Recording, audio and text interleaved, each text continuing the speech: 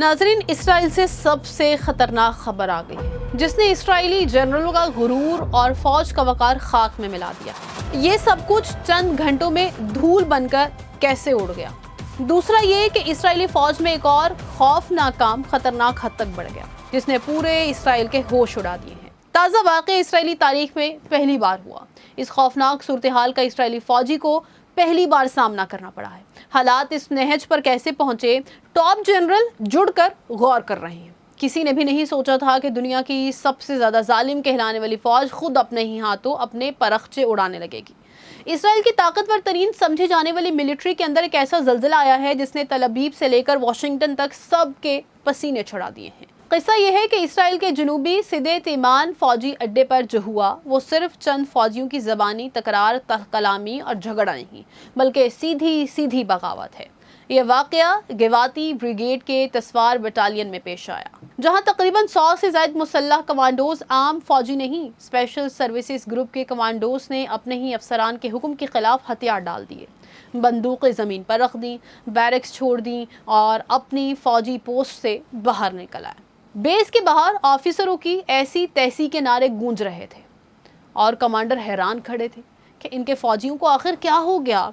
अब जरा ठंडे दिल से सोचें, जब हाई अलर्ट पर बैठे इलीट कमांडोज अपने ही अफसरों को टका सा जवाब देकर निकल जाएं, तो क्या ये फौज कल को किसी बैरूनी दुश्मन का मुकाबला कर पाएगी या अंदर का बारूद ही इसे उड़ा के रख देगा। अब ज़रा जानिए ये सारा ड्रामा शुरू कहाँ से हुआ। असल कहानी ये है कि लबनान की खूनरेज़ जंग से ताज़ा लौटे हुए इन फौजियों ने अपने ज़ख्मी साथियों की यादगार बनाना चाही। वहाँ झंडे लगाए थे, लेकिन बटालियन कमांडर आया और बिना पूछे सब कुछ उखाड़ फेंका।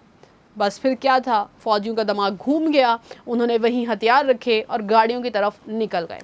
अब यहाँ बारीक नुक्ता समझिए, जब जंग से वापस आए हुए सिपाही को लगे कि उसके खून की कोई कीमत नहीं और उसके अपने अफसर ही इसकी जज्बाती कुर्बानी की तौहीन कर रहे हैं, तो फिर डिसिप्लिन कहाँ बचता है।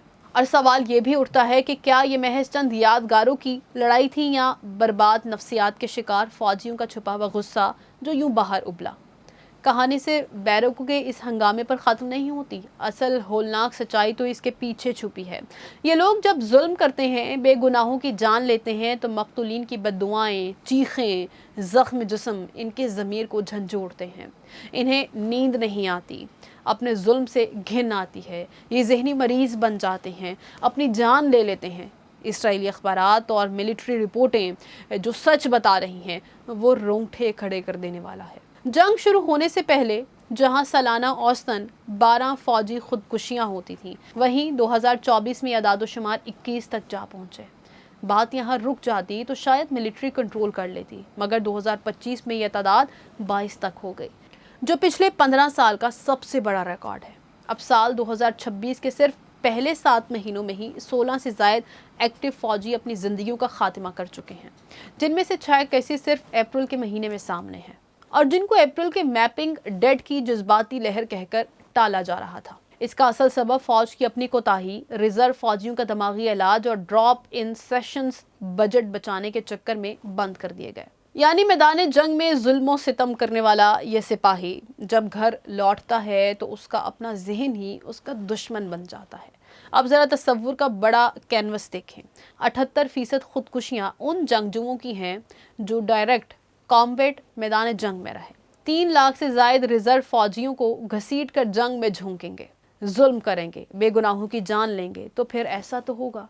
अब सवाल ये नहीं कि इसराइल के पास कितने जदीद जेट या टैंक हैं, सवाल ये है कि इन टैंकों को चलाने वाला इंसान जब अंदर से खोखला हो जाए, अपने ही कमांडर के खिलाफ बगावत कर दे और अपनी ही बंदूक का रुख अपनी तरफ कर ले, तो फिर इस फौज के वजूद को बचाएगा कौन। क्या ये ज़वाल की वो शुरुआत है जिसे दुनिया अब तक नज़रअंदाज करती आ रही थी। आप क्या समझते हैं? आपको ये तहकीकी वीडियो पसंद आई और आप मज़ीद सच्चाई जानना चाहते हैं तो चैनल को लाजमी सब्सक्राइब करें, वीडियो को लाइक करें और अपने दोस्तों के साथ शेयर करना ना भूलें।